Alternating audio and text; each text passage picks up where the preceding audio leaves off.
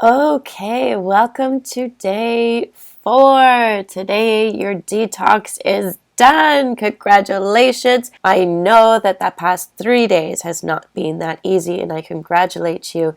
And I also am really excited to hear about your thoughts on intuitive eating, when you are hungry, realizing what your hunger cues were all about, getting to know yourself a little bit better, and hopefully realizing that some of our cravings and desires for food aren't necessarily stemming from us truly being hungry and often from social cues or our environment or something else. So I hope that this helped you get to know a little bit more about how and why you eat and be a little bit more comfortable with the fact that if you don't eat, in the same way every single day, for example, it's going to be okay, right? Sometimes we just need to really truly get to know ourselves and how we react to food so that we can, moving forward, when we need to make some little changes or adaptations, if we've either hit a plateau or if something just isn't working right,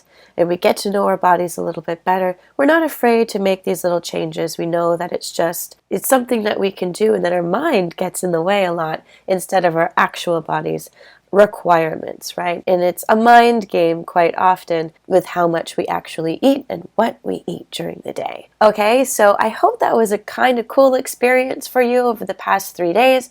Today we are into actual food. So we have our green smoothie, of course, for breakfast, and then we are moving into some real food today. So enjoy that. Again, you don't have to worry about what you're going to eat today. It's already laid out in front of you.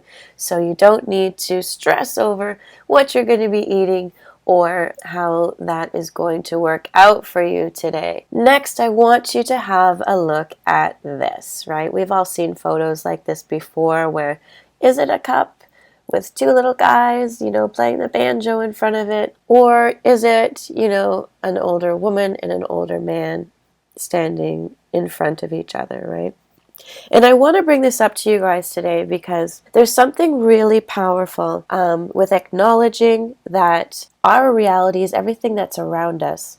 How you decide to judge it and what you decide to put on it is what matters, right? The story that you tell yourself about this photo, whether it's that there's a cup with two, guys having a good time sitting around it in a hall of some sort with blankets and wine, or whether, it's an older couple staring at each other, maybe happy, maybe not, maybe, considering sort of the ends of life.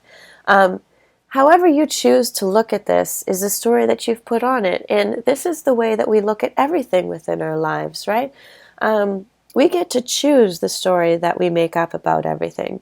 Otherwise, things are just objects, right? It's just a cup. If that's what we're looking at, it's just a cup. We decide what story we're going to put on top of that, right? That's literally how it is with everything in your life. So you can look at any given situation and give it a certain story, right? Even looking at this week, this entire program, the story that you choose to give yourself about it is what is going to carry you through. So if you're looking at these days or these workouts and putting any kind of negative spin on it, that you can't do it, that you're incapable, that you're not worthy of doing this, that it's not going to work anyways, that you're going to be a failure, then that is going to be the story of this program in this next few weeks.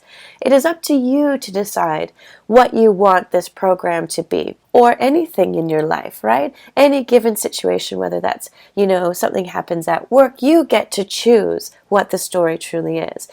When you're dealing with your children and maybe one of them is either unruly or not listening, you get to choose why that is, what the story is behind that, whether you want to deal with that situation with empathy or whether you want to come in and judge the situation and, make really quick choices and decisions about how you're going to handle it, right? So let's take this opportunity today to really look at what stories we're telling ourselves about the lives that we're currently living, and how changing your story to align with what you truly feel inside will make a really, really big difference. So when we're talking about the goals that we have, at the beginning of this program, about what we want to see happen over the next 3 weeks, that is really tied into our larger life goals, isn't it, right? Feeling comfortable and confident, feeling happy with ourselves and not, feeling bad about things. That gets really tied into our overall story. So if you desire to have a life that is full of happiness, full of success in many different ways, right? That's not just monetary or career-wise. That's the whole package, right? Your relationships, the love that you feel for yourself, the people around you, how comfortable you feel just in this world and how your life is moving forward.